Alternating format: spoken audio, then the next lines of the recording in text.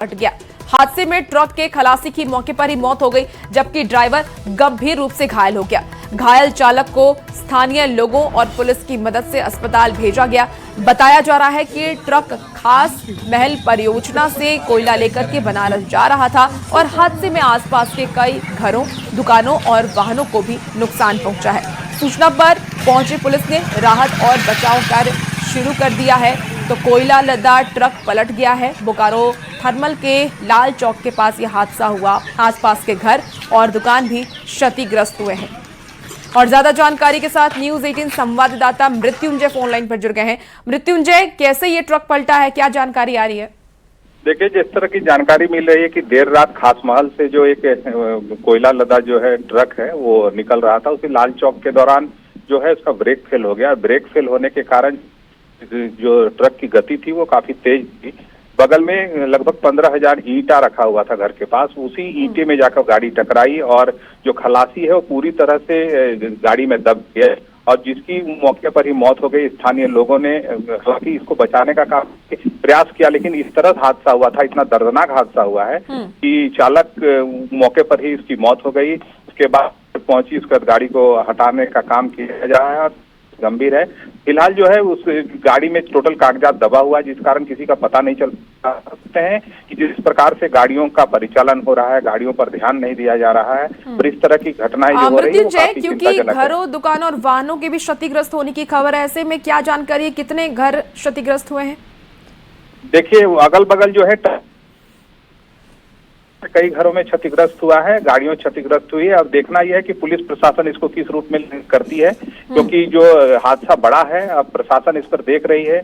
अब आगे के प्रशासन सबसे पहले उन लोगों की पहचान होगी, उसके बाद पोस्टमार्टम की प्रक्रिया है, गाड़ी को हटाने का काम किया जाएगा ताकि वहां पर कोई हेजिटेशन नहीं हो। जी ठीक है मृत्युंजय, आप नजर बना के रखिए, अपडेट आपसे लेंगे। बहुत शुक्रिया जानकारी के लिए। गुमला से आपको इस वक्त एक बड़ी खबर बता रहे हैं। हाईवा की टक्कर से प्राचीन देवी मंदिर, जो देवी मंडप है, वो ध्वस्त हो गया है। रांची गुमला मार्ग पर देर रात ये बड़ा हादसा हुआ। हाईवा ने रेडवा स्थित देवी मंडप में टक्कर मारी और टक्कर से देवी मंडप पूरी तरह जमीन पर गिर गया। तो हाईवा का अगला जो हिस्सा है वो बुरी तरीके से क्षतिग्रस्त हुआ है। घटना में ड्राइवर और खलासी घायल हुए हैं। ग्रामीणों ने दोनों को अस्पताल पहुंचाया। ड्राइवर को झपकी आने की वजह से ये हादसा हो गया, इसकी आशंका जताई जा रही है। पूजा को लेकर के ग्रामीणों में चिंता अब देखिए बढ़ चुकी है। तो गुमला से आपको ये बड़ी खबर बता रहे हैं। हाईवा की टक्कर से प्राचीन देवी मंडप ध्वस्त हो गया है। रांची गुमला मार्ग पर देर रात ये हादसा हुआ। ड्राइवर को झपकी आ गई, इस वजह से यह हादसा हुआ है। ये फिलहाल जानकारी मिल पा रही है। हालांकि दोनों गंभीर रूप से घायल हैं, जिन्हें अस्पताल में ग्रामीणों ने भर्ती कराया है। हाईवा से रेडवा स्थित देवी मंडप में टक्कर मारी गई। ज्यादा जानकारी के साथ न्यूज 18 संवाददाता रुपेश हमारे साथ फोन लाइन पर जुड़ चुके हैं। रुपेश, फिलहाल क्या अपडेट है इस पूरे मामले पर? ये आपको बताते, जो गुमला के सिसई थाना क्षेत्र का रेडवा गांव के समीप में एक प्राचीन देवी मंडप से उसमें भीषण सड़क हादसा हुआ है, जहां पे एक जो हाईवा है वो अनियंत्रित होकर के मंदिर में घुस गया, जिससे पूरा जो मंदिर है वो पूरी तरह से टूट गया है। और ये जो घटना देर रात की बताई जा रही है। हालांकि घटना की सूचना मिलने के बाद जो स्थानीय लोग हैं वो मौके पर जुटे और राहत बचाव का जो कार्य है उसको शुरू कर दिया गया। जो चालक और खलासी थे वाहन के, वो घंटों तक जो गाड़ी है उसके अंदर में फंसे रहे थे। जो काफी घंटों मशक्कत करने के बाद जो स्थानीय ग्रामीण है दोनों घायलों को बाहर निकाले और जिसके बाद उनको स्वास्थ्य इलाज के लिए भेजा गया स्वास्थ्य केंद्र। और पुलिस को जानकारी मिलने के बाद पुलिस मौके पर पहुंची है और वहां से जो मलबा है गाड़ी का उसको हटाने की कोशिश कर रही है। जी ठीक है, आप नजर बना के रखिए, अपडेट लेंगे। बहुत शुक्रिया फिलहाल जानकारी के लिए। राजधानी रांची से इस वक्त एक बड़ी खबर सामने आ रही है। एयरक्राफ्ट फ्यूज संकट से विमान सेवाओं पर ब्रेक लगा है। 1 जुलाई से रांची की 4 फ्लाइट बंद रहेंगी। आपको बता दें कि एयर इंडिया की रांची दिल्ली हैदराबाद सेवा बंद रहेंगी। इंडिगो की रांची कोलकाता और रांची हैदराबाद उड़ान भी रुकेगी। तो देवघर दिल्ली की रात वाली फ्लाइट भी 1 जुलाई से बंद रहने वाली है। देवघर बेंगलुरु की दैनिक सेवा घटा करके हफ्ते में 3 दिन कर दिया गया। एयरपोर्ट सूत्रों से ये जानकारी मिली है। रांची से आपको इस वक्त की बड़ी खबर बता रहे हैं, जहां एयरक्राफ्ट फ्यूज संकट में विमान सेवाओं पर ब्रेक लगा है। 1 जुलाई से रांची की 4 फ्लाइट बंद रहने वाली है। इसी बीच राज्य से एक और बड़ी खबर सामने आ रही है। बुड्डू में मिला है युवक का सिरकटा शव। बड़ी खबर आपको बता रहे हैं, जहां सुमान डी के महादेव बेड़ा के पास शव मिला है और सिर को काटकर धड़ से अलग किया गया। पेट्रोल से शव जलाने की कोशिश भी की गई है। मृत युवक की पहचान 28 वर्षीय की हुई है और शिव की जो शव है उसकी पहचान में पुलिस अब जुटी हुई है। तो 28 साल का युवक है जिसकी माफ कीजिएगा 25 साल का ये युवक है जिसकी मौत हो गई है, जिसका शव मिला है। तो आपको बता दें कि बुड्डू में मिला है युवक का सिरकटा शव।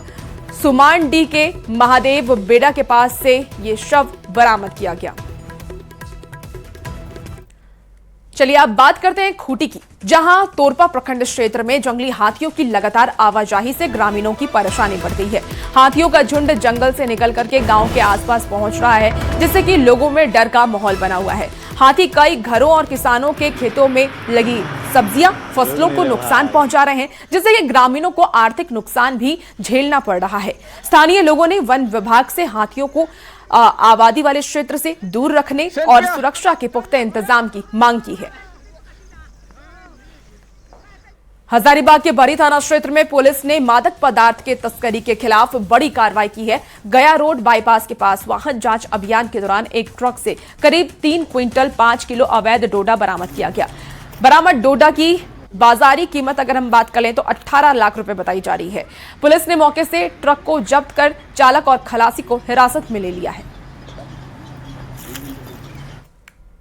चलिए खबर अब आपको धनबाद से बताते हैं, जहां रेलवे में नौकरी दिलाने के नाम पर ठगी का एक बड़ा मामला सामने आया है। खुद को डीआरएम कार्यालय का कर्मचारी बता करके बेरोजगार युवाओं को नौकरी का झांसा देने वाले एक युवक को रेलवे सुरक्षा बल यानी कि आरपीएफ ने हिरासत में लेकर के पुलिस के हवाले कर दिया।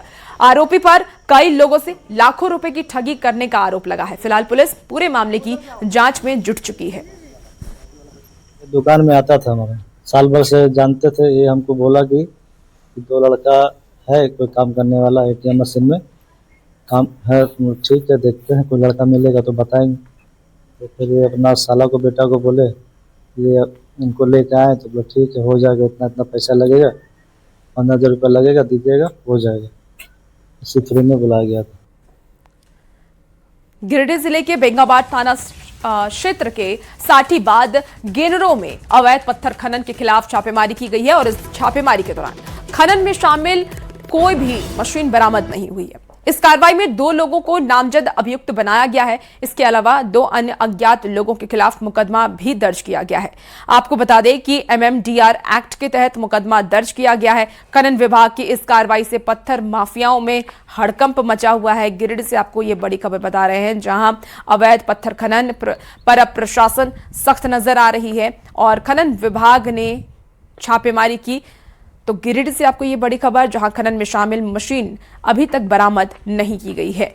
तो बेंगाबाद थाना क्षेत्र के अंतर्गत आने वाले साठीबाद गेनरों में अवैध पत्थर माइनिंग के खिलाफ बड़े स्तर पर छापेमारी की गई है और इस छापेमारी की अगुवाई खनन पदाधिकारी सह माइनिंग इंस्पेक्टर विश्वनाथ उरांव ने की है। इस दौरान 2 लोगों को नामजद अभियुक्त बनाया गया है, जिनमें ताहिर अंसारी और सरफराज आलम शामिल है और 2 अन्य लोगों को अज्ञात अभियुक्त बनाया गया है। इस दौरान छापेमारी के दौरान हालांकि कोई सामान की बरामदगी नहीं हुई है, जब्ती नहीं हुई है, क्योंकि छापेमारी से पहले सूचना मिलते ही पत्थर माफियाओं ने यहां पे लगे कंप्रेसर मशीन, पोकलेन व अन्य सामानों को तुरंत साइड कर लिया था। हालांकि इस छापेमारी के बाद पत्थर माफियाओं में हड़कंप मचा हुआ है। वहीं आपको बता दें कि लगातार हो रहे जिला स्तरीय खनन टास्क फोर्स की मीटिंग में अवैध खनन के खिलाफ चर्चा हो रही है और कहीं न कहीं गिरिडीह उपायुक्त रामनिवास यादव के द्वारा सभी संबंधित विभाग के अधिकारियों को इस तरह के अवैध खनन के मामले में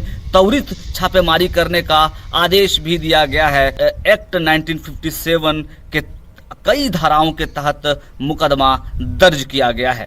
गिरिडीह से न्यूज़ 18 के लिए मैं एजाज अहमद। चलिए खबर अब आपको धनबाद से बताते हैं, जहां अवैध कारोबार के खिलाफ कार्रवाई कर रहे बीसीसीएल अधिकारियों को अब सीधे निशाना बनाए जाने की कोशिश सामने आई है। कतरास क्षेत्र के महाप्रबंधक विष्णुकांत झा पर कथित हमले की साजिश रचे जाने का खुलासा हुआ है। समय रहते सूचना मिलने के कारण जीएम को सुरक्षित सुरक्षित बच गए, लेकिन उनके सरकारी वाहन को घेर करके चालक और पीएसओ के साथ मारपीट की गई। घटना के बाद बीसीसीएल अधिकारियों में भय और आक्रोश का माहौल है। पुलिस मामले की जांच में जुट चुकी है। बीसीसीएल जीएम के वाहन पे हमला संबंधी जानकारी नहीं है, बट उन्होंने एक आवेदन चतुरमारी थाने पे दिया है जिसमें लिखा है कि उनका पीछा किया जा रहा था। तो उन सारे बिंदुओं पे हम लोग जांच कर रहे हैं और जांच के क्रम में जो भी चीजें आएंगी उस पर हम लोग कार्रवाई करेंगे। चलिए खबरों में आगे बढ़ते हैं। झारखंड के मुख्यमंत्री हेमंत सोरेन ने अपनी पत्नी के साथ शिरडी पहुंच करके साईं बाबा के दर्शन किए हैं और इस दौरान उन्होंने राज्यवासियों की सुख, शांति, समृद्धि, उत्तम स्वास्थ्य और खुशहाल जीवन की कामना की।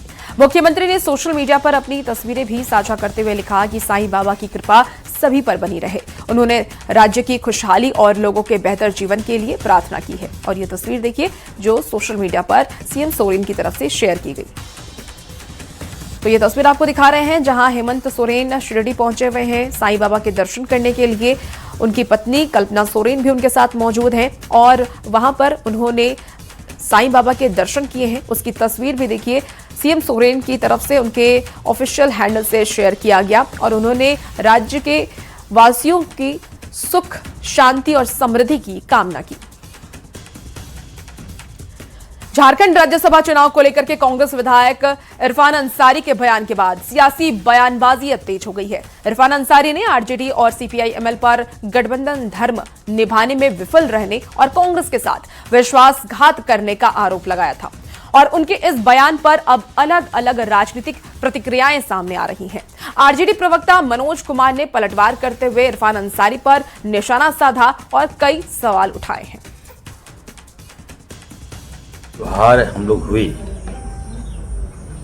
इसके लिए यदि कोई जिम्मेवार है तो आरजेडी और माले, क्योंकि मैं अंदर था और हेमंत सोरेन जी ने बहुत मदद किया, अलायंस को बना के रखा उन्होंने।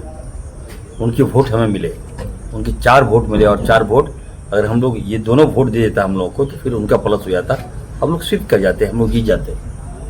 लेकिन जिस तरह से आरजेडी और माले ने गद्दारी किया, झारखंड के इतिहास में आरजेडी की इन गद्दारों को कभी जनता माफ नहीं करेगी। इरफान अंसारी क्या बोलेंगे? उनके बाप को, फुरकान अंसारी को हमारे आदरणीय नेता ने मंत्री बनाने का काम किया। उनकी औकात क्या, वो क्या बात करेंगे? वो तो जोकर टाइप में बात करते हैं, उनके बात में कोई दम है? कोई दम नहीं है। इसलिए बेतुकी बातें करना बंद करे और मैं सलाह देता हूँ इरफान जी को, अलूल जलूल बातें मत करिए। न झारखंड है, सब जनता जानती है। झारखंड के लोग ना बिकाऊ नहीं है, जो उनका आकलन है, जिस प्रकार की भाषा का प्रयोग कर रहे हैं, झारखंड के 3 करोड़ 3.5 करोड़ लोगों को अपमानित करने का काम कर रहे हैं। कांग्रेस के अहंकार ही उनका हार का मुख्य कारण और पूरे देश में लोगों ने कांग्रेस को नकारा है और झारखंड में भी इसकी शुरुआत हो चुकी है। आरएसएस मुख्यालय हमले के कथित आतंकी नेटवर्क को लेकर के बीजेपी विधायक सीपी सिंह ने तीखी प्रतिक्रिया दी है। उन्होंने यह दावा किया है कि झारखंड के कुछ इलाके के तार पहले भी आतंकी हमलों से जुड़े रहे हैं। सीपी सिंह ने राज्य सरकार से सख्त कार्रवाई की मांग करते हुए मदरसों को लेकर के भी विवादित टिप्पणी की। उन्होंने कहा कि सुरक्षा एजेंसियों को पूरे नेटवर्क की गहराई से जांच करनी चाहिए। भी आतंकवादी घटना होती है तो सिर्फ एक ही समुदाय का नाम आता है और कोई लश्कर तैयबा से जुड़ता है, कोई जैश मोहम्मद से जुड़ता है, तो तरह तरह के जो मॉडल हैं उससे जुड़ते हैं। और मेरा साफ मानना है कि मदरसा के अंदर आतंकी कैसे बनना है, आतंकवादी बनने का पाठ पढ़ाया जाता है, शिक्षा दी जाती है। तो वहीं आरएसएस मुख्यालय हमले के कथित आतंकी नेटवर्क को लेकर के बीजेपी विधायक सीपी सिंह के बयान पर अब जेएमएम ने भी प्रतिक्रिया दी है। प्रवक्ता मनोज पांडे ने कहा कि पुलिस ने हमलावरों को गिरफ्तार कर लिया है और मामले की गहन जांच चल रही है। तथ्य सबूत मिल रहे हैं और वो भेदन किया किसने? रांची पुलिस ने। धन्यवाद के पात्र हैं रांची पुलिस की पूरी टीम।